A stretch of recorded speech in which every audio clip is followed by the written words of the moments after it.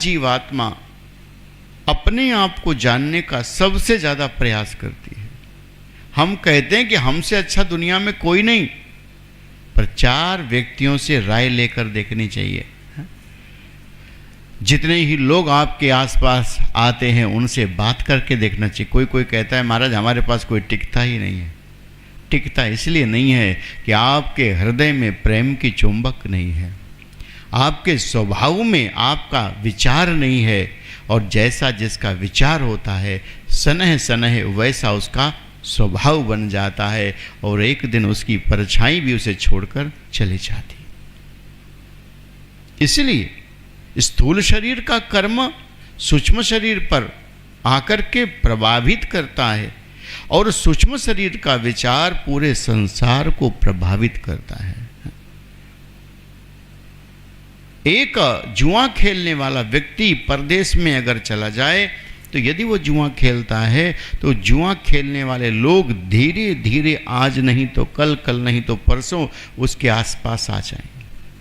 कोई कपड़े का व्यापारी हो, दैवी योग से वह कपड़े का व्यापारी किसी के साथ चलते चलते कहीं परदेश में चला जाए, और जब वो वहाँ जाएगा 2-4 दिन रहेगा, वो कपड़े का व्यापार का विचार उठता रहेगा, और भगवान इसी अष्टधा प्रकृति से उसे कपड़े के काम करने वाले लोगों से भर देंगे। मैंने ये बात कई बार सत्संग में सुनाई है कि कोयला बेचने वाला जब कोयला बेचता है, कोयले की दुकान होती है, कोयले का काम करता है, तो उसके शरीर में और घर में थोड़ा न थोड़ा कोयला लगा रहता है। कोई सुगंध बेचने वाला व्यक्ति होता है तो उसके शरीर में थोड़ी न थोड़ी सुगंध, घर में थोड़ी न थोड़ी सुगंध लगी रहती है। कोई आटा पीसने वाला, गेहूं पीसने वाला व्यक्ति होता है तो उसके भी शरीर में आटा लगा रहता है। कोई सोने चांदी का काम करता है तो उसके शरीर में स्वर्ण, घर में भी थोड़ा बहुत सोना मिल जाता है। ऐसे ही जो व्यक्ति सत्संग करते हैं, अपने विचारों को मृदुल रखते हैं, तो उनका घर भी महकता है, उनका परिवार भी महकता है, उनका संसार भी महकता है। जाड्यम धियो हरति सिंचित वाचि सत्यम पापम अपाकरोति। हमारे पाप को दूर करने का यदि कोई साधन है तो श्रीमद् भगवत गीता कहती है कि उस साधन का नाम है सत्संग। और सत्संग आपको अलग से नहीं मिलेगा। बताया भगवान ने, मय्यावेश मनो ये माम नित्य युक्ता उपासते श्रद्धया पर्योपेता। ये आंतरिक मन का एक हिस्सा है, श्रद्धया पर्योपेता। परमात्मा में परम श्रद्धा। हमारी श्रद्धा कैसी है? क्षणभंगुर। आज तो श्रद्धा है और कल गालियां निकालते हैं। आज तो हमारा काम बन गया तो भगवान की जय जयकार, 1.25 कुंटल का प्रसाद चढ़ाएंगे, भंडारा करेंगे, खूब बढ़िया फूल माला भगवान को अर्पित करेंगे। और यदि कोई काम बिगड़ गया तो काम बिगड़ते ही भगवान को नाना प्रकार की गालियां देना प्रारंभ कर देते।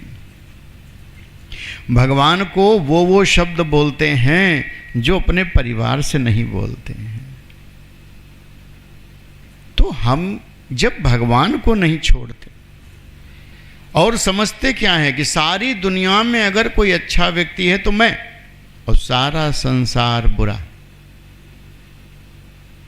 सारा संसार बुरा है। सबसे अच्छा कौन? बोले मैं। इसलिए दुनिया किसकी बात माने? बोले हमारी।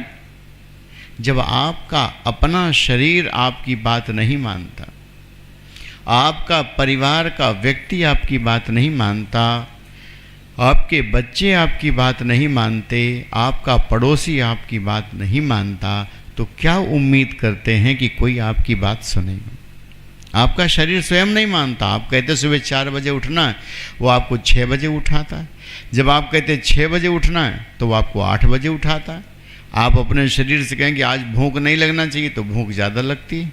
जब कहें आज भोजन पे जाना है तो भूख ही नहीं लगती है।